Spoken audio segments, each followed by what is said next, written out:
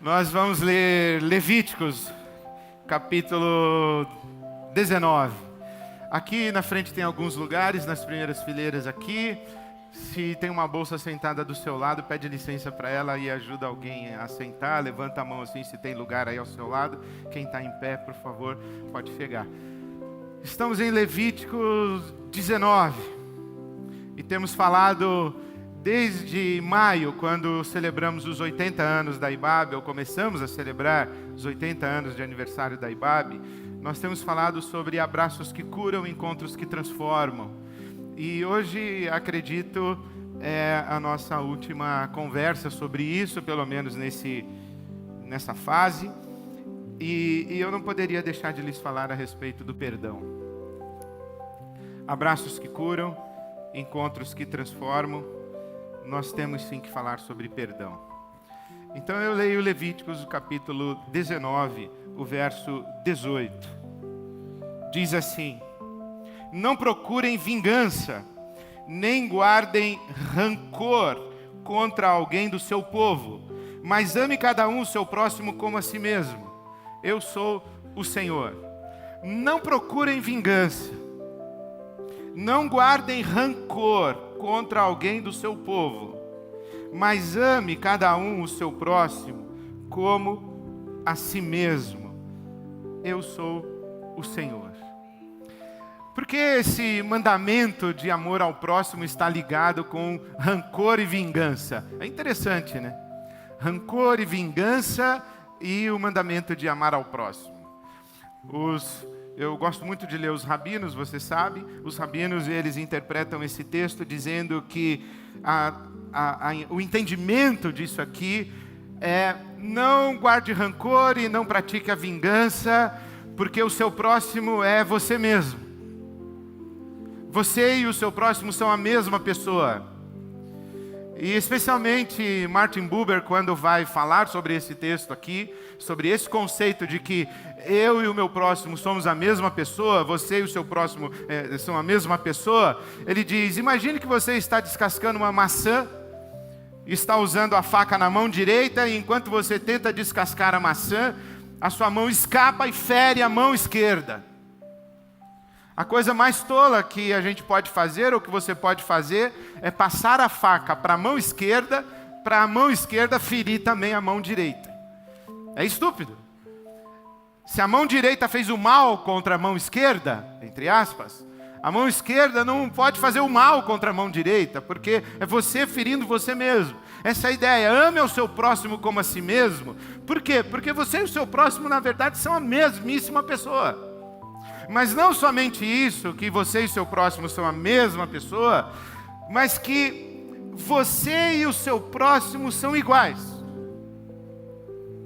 Aquilo que está no coração do seu próximo também está no seu. E quando você pensa assim: alguém fez o mal contra mim, o meu próximo fez o mal contra mim, há maldade nele. Oi? Há maldade em mim também. Porque eu e ele não somos apenas a mesma pessoa, mas eu e ele comungamos de uma mesma condição humana. E a capacidade que ele tem de fazer o mal contra mim é a mesma que eu tenho de fazer o mal contra outra pessoa. E não se esqueça que se você está pensando: alguém fez o mal contra mim, pode ser que outro alguém esteja pensando que você fez o mal contra ela. Porque nós somos a mesma maravilha criada à imagem e semelhança de Deus, e ao mesmo tempo a mesma farinha do mesmo saco. É isso que nós somos. Por isso não pague o mal com o mal, não guarde rancor e não pratique a vingança, mas ame. E daí se constrói essa trama que está presente em todas as páginas da Bíblia Sagrada: o fazer o mal, o rancor, o impulso de vingança e a experiência extraordinária e maravilhosa do perdão. E a história que melhor ilustra, uma das histórias bíblicas que melhor ilustra essa dinâmica de fazer o mal, rancor, possibilidade de vingança, perdão, é a história de José e os seus irmãos no Egito. E aqui eu devo a outro rabino, Harold Kushner, quando ele comenta a história de José. Eu achei extraordinário. Para quem não sabe direito a história de José, se você não lembra, José era filho de Jacó. E Jacó, ele era apaixonadíssimo, a mulher da vida de Jacó era Raquel. Mas Jacó não tinha como esposa apenas Raquel. Naquele tempo podia ter várias. Então Jacó tinha várias esposas, e com suas várias esposas ele teve 12 filhos. Mas a mulher da vida de Jacó era Raquel. E com Raquel, Jacó teve 2 filhos, José e Benjamim. José é o primogênito de Jacó e Raquel. E depois Benjamim. 12 filhos, mas o primogênito do grande romance de Jacó era José. E por isso José era seu filho predileto, e José gostava de ser o filho predileto de seu pai, ele surfava nessa onda, e o pai também deixava muito claro para os outros filhos que José era seu filho predileto. Eram os presentes melhores, José não pegava fila no banheiro, José recebia sempre o pedaço de chocolate maior, e por aí vai. E o José, José, assim, ele falava para os irmãos dele no café da manhã: sonhei com vocês essa noite. É mesmo? O que você sonhou? Eu sonhei que todos vocês ficavam assim ajoelhados, me exaltando, me servindo, me glorificando. E sonhei mais. O que mais você sonhou? Que não era só vocês não, era o papai e a mamãe também, todo mundo aos meus pés, assim, me louvando. Esse era José. E isso fez nascer no coração dos seus irmãos, é óbvio, uma rivalidade que foi também uma hostilidade, um ciúmes, um ódio, um ressentimento, uma mágoa, seja lá o que for, mas ficou tensa a relação de José com seus irmãos, até que num dia eles estão no campo e os irmãos decidem matar José. Por razões diversas, e uma história muito bonita também, eles voltam atrás no plano de matar José, e é aí que vendem José para o Egito como escravo, e lá no Egito, José se torna o segundo homem do império, abaixo apenas de Faraó. E ele chega nessa posição porque José interpretava sonhos, e ele interpreta os sonhos do Faraó a respeito das 7 vacas gordas e das 7 vacas magras, 7 anos de abundância e de fartura, 7 anos de escassez e de limitação. Então José tem um plano: vamos armazenar nos anos de abundância e de fartura, e nós teremos no período de escassez e de fome que vai acontecer sobre a terra, nós teremos em estoque muita coisa, e vamos tomar conta desse comércio, e todo mundo vai vir comprar e comer na nossa mão. Foi isso que aconteceu literalmente. Depois de 2 anos dos 7 anos de escassez, logo depois do segundo ano ali, a fome chegou à família de José. E os irmãos de José saem de sua casa e vão até o Egito em busca de alimento, e lá eles se deparam com José.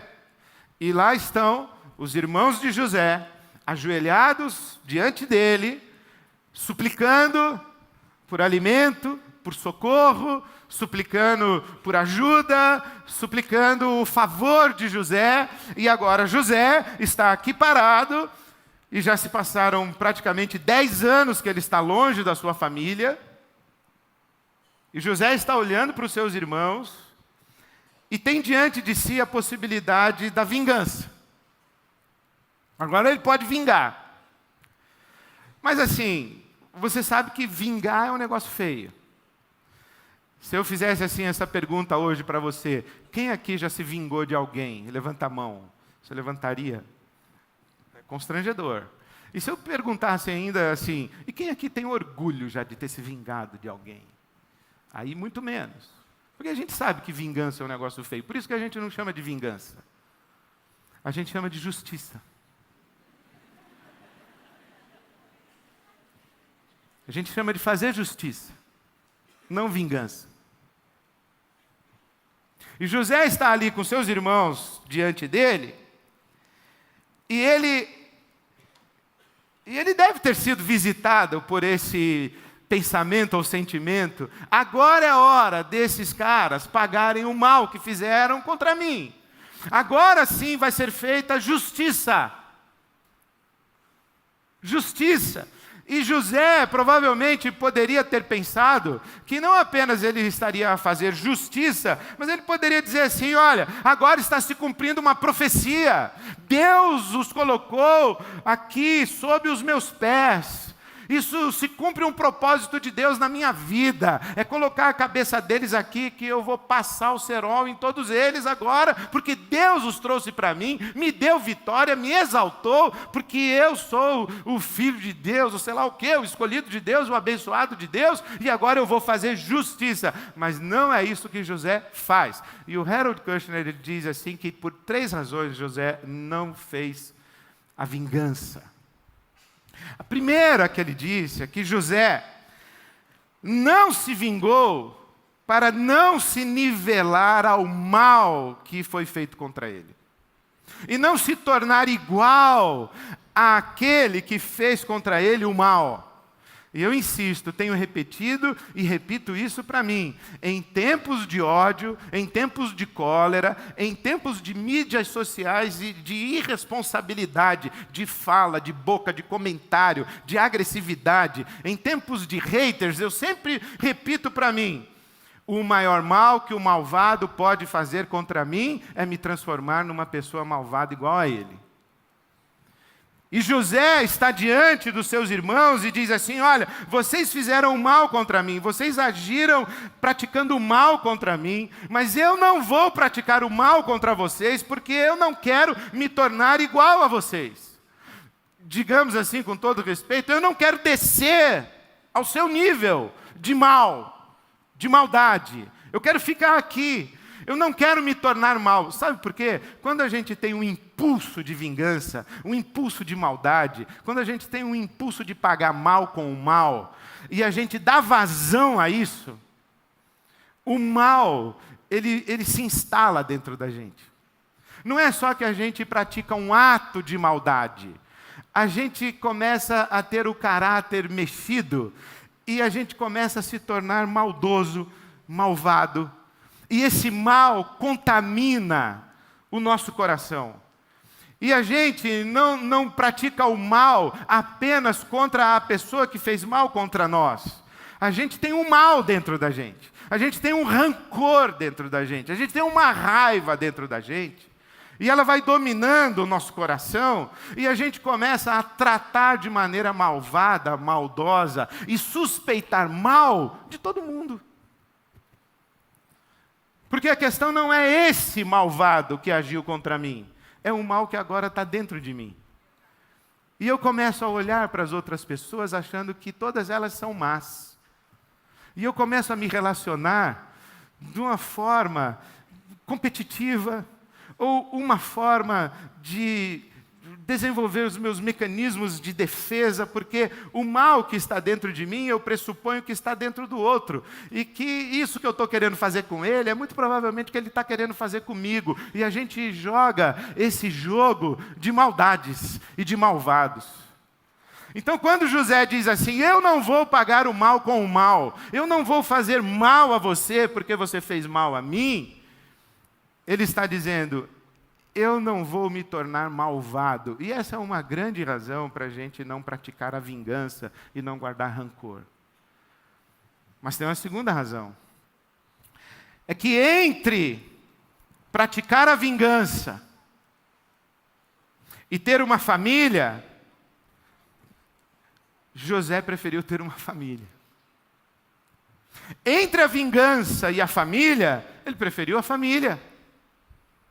Entre a vingança e as pessoas, ele preferiu as pessoas. Porque quando a gente paga o mal com o mal, quando a gente se vinga, quando a gente faz justiça com as nossas próprias mãos, a gente tem uma falsa sensação de que está equilibrando de novo a qualidade das relações. Mas isso não é verdade. Quando a gente faz o mal contra alguém, por mais justificado que a nossa consciência queira nos fazer convencer de que o mal que estamos fazendo é justo,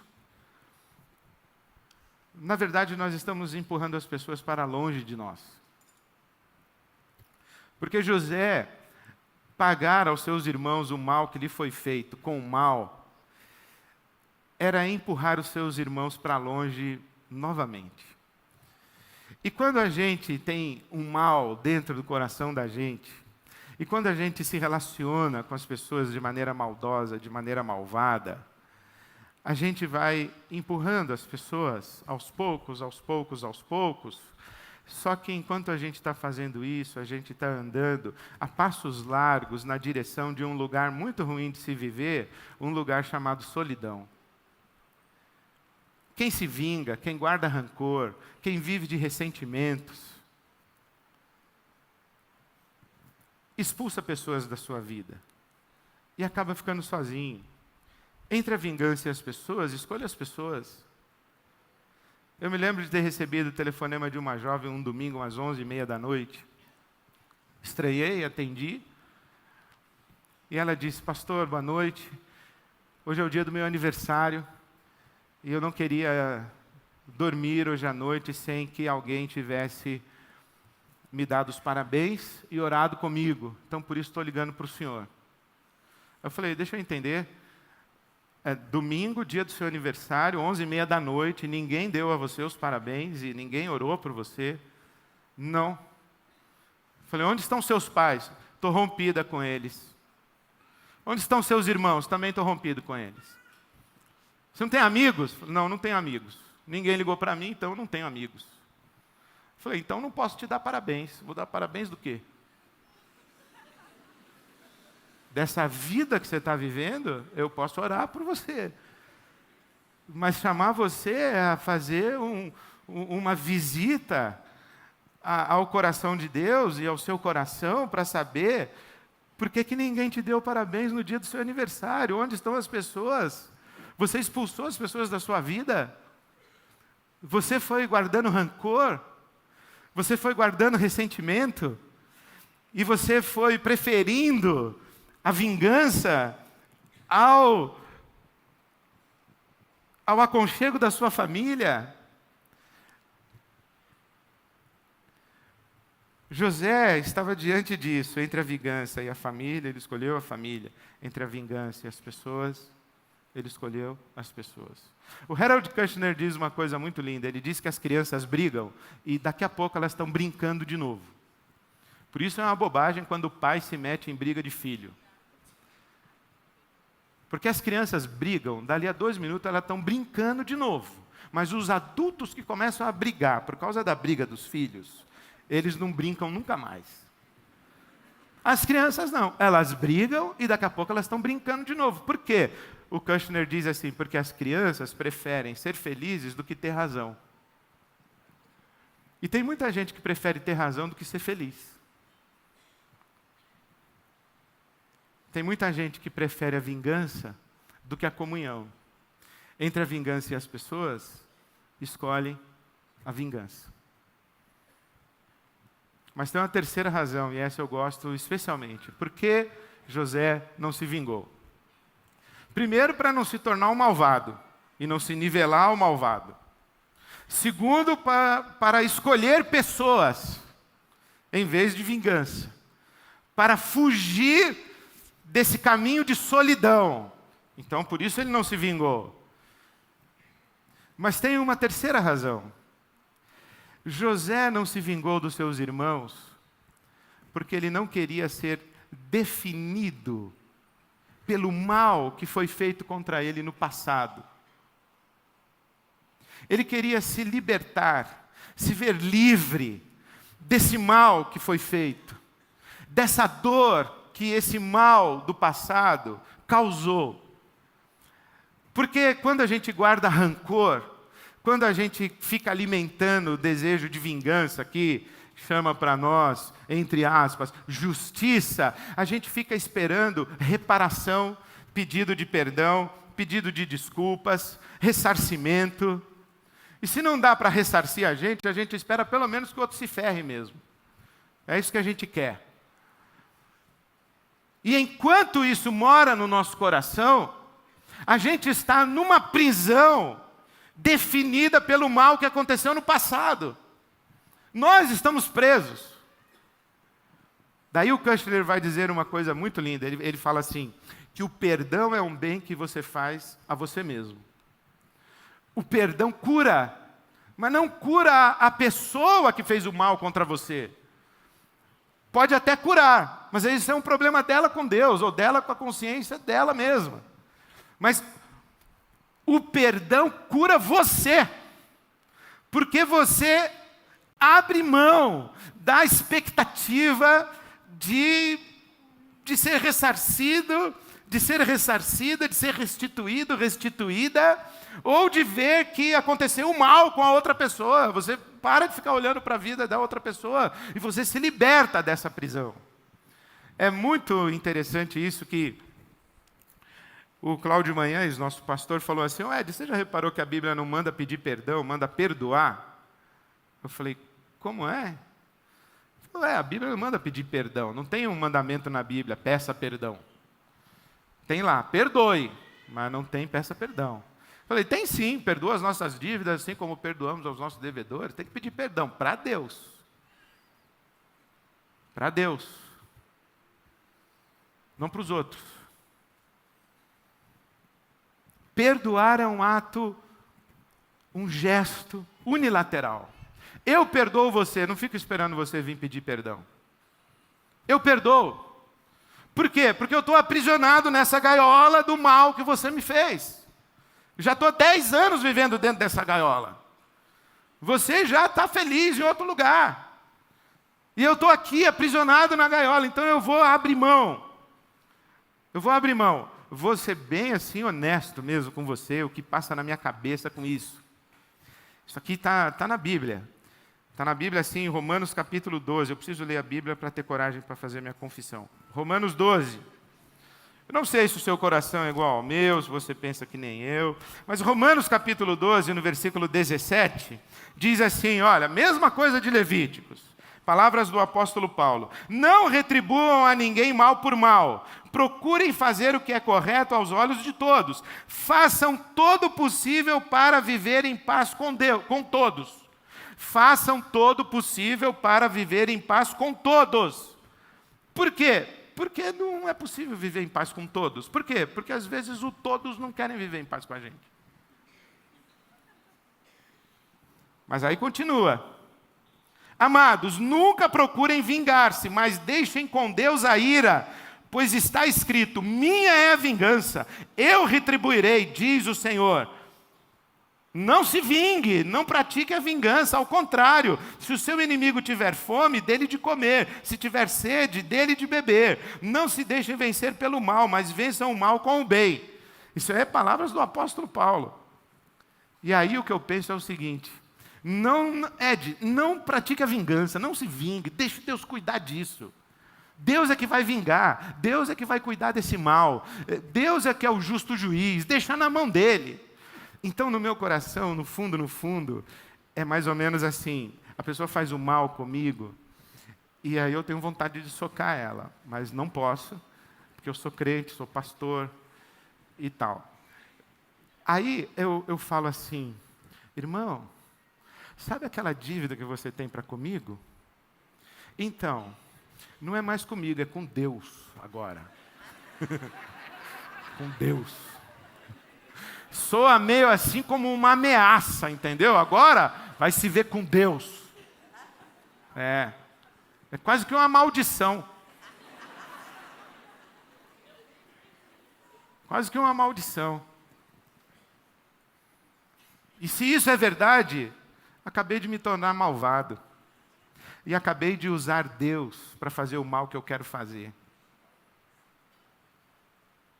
Aí a gente tem que lembrar quem é o Deus que promete vingar o mal. Misericordioso, compassivo, muito paciente, que promete fazer o mal e se arrepende. Quem é o Deus? É o Deus cujas misericórdias se renovam a cada manhã. E como é o filho desse Deus? É o príncipe da paz. Então, entregar nas mãos de Deus é você abrir mão do controle da vida do outro Porque isso é uma prisão onde você está. É você se libertar disso. E você não ser uma pessoa, não continuar sendo uma pessoa definida pelo mal que foi feito no passado contra você. Mas o que define quem você é, o seu caráter, é o bem que você faz hoje, e não o mal que você sofreu no passado. Então não guarde rancor, não pratique a vingança, entregue para Deus.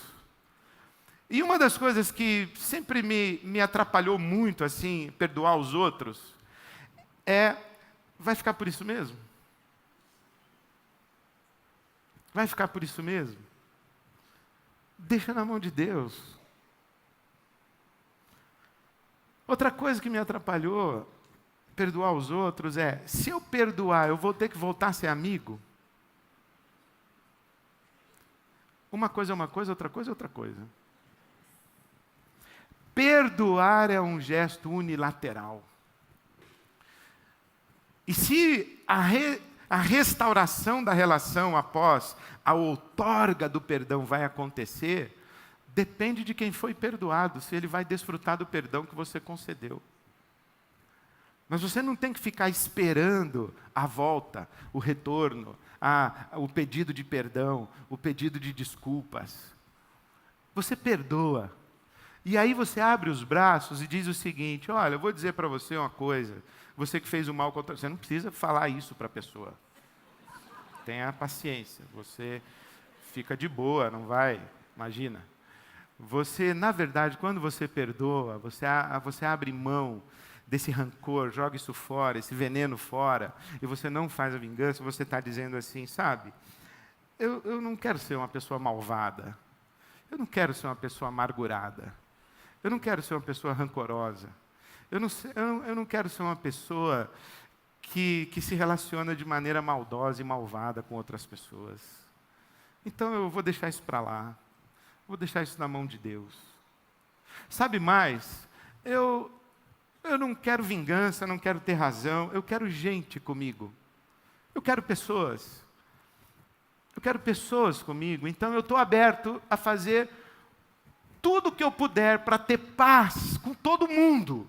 Mas depende de todo mundo se vai querer ter paz comigo também. Mas eu estou comprometido a buscar a paz com todo mundo. Porque eu escolho pessoas e não vingança. E a terceira coisa que eu estou dizendo para mim mesmo eu não quero continuar nessa prisão e ser definido pelo mal que fizeram contra mim no passado. Eu quero ser uma pessoa definida pelo bem que eu posso fazer hoje. Inclusive, principalmente, em favor daqueles que me fizeram o mal. José fez essa opção. E coisa maravilhosa é a fala de José com seus irmãos, porque ele chora, ele se descabela, ele vai, chora sozinho, volta para falar com os irmãos, ele está nessa angústia, nessa luta. Mas quando chega no capítulo 50 do livro do Gênesis, José diz assim para os seus irmãos: não tenham medo, eu não vou fazer o mal contra vocês, porque eu não estou no lugar de Deus. Eu não estou no lugar de Deus. Que coisa maravilhosa é a gente descansar, respirar e falar assim: Senhor, obrigado, porque o mal bateu em mim, mas ele não me venceu, porque ele não me fez malvado. Obrigado, Senhor, porque tem pessoas comigo, e eu estou escolhendo as pessoas, e faça de mim uma pessoa que as pessoas escolham também. E obrigado, Senhor, porque o meu passado não é determinante do meu destino e da minha identidade. Obrigado, Senhor, porque hoje eu posso escrever uma outra história, não definida pelo mal que me foi feito, mas pelo bem que eu posso fazer em nome de Jesus, no poder do Espírito Santo, para a glória de Deus e para a comunhão de todos nós. Esse é um caminho que, quando a gente faz isso, essa expressão veio ao meu coração essa semana que passou, e eu fiquei orando essa oração a semana inteira. Que quando a gente faz aquilo que Deus faz, é como se a gente fosse para dentro do coração de Deus. E quando a gente vai para dentro do coração de Deus, o coração de Deus vem para dentro da gente também. Então a minha oração esses dias foi: Senhor, me leva para dentro do teu coração e põe o teu coração também em mim. E o coração de Deus é esse. Deus não é malvado. Entre a vingança e as pessoas, Ele sempre escolheu as pessoas. E Deus não é definido pelo mal que fizemos contra Ele. Deus é definido pelo amor que Ele tem por nós. E porque Ele nos abençoa e nos ama, sendo nós ainda essa farinha do mesmo saco que nós somos. Que Deus te abençoe, meu irmão, minha irmã. Jogue fora esse veneno, jogue fora esse rancor. Se você está pensando em fazer o mal para alguém, em nome de Jesus, rasgue isso. Para com essa bobagem. Isso não vai fazer você uma pessoa saudável, uma pessoa curada. Não vai resolver nada você se vingar e pagar o mal com o mal. Só vai fazer você dormir mal, ter úlcera, e infarto, e etc. e tal. Não é maldição, é só um aviso. Vai pelo caminho da saúde, vai pelo caminho do perdão, vai pelo caminho da reconciliação. Que Deus te abençoe, você e sua casa. Amém, amém, amém. Vamos ficar em pé e vamos cantar.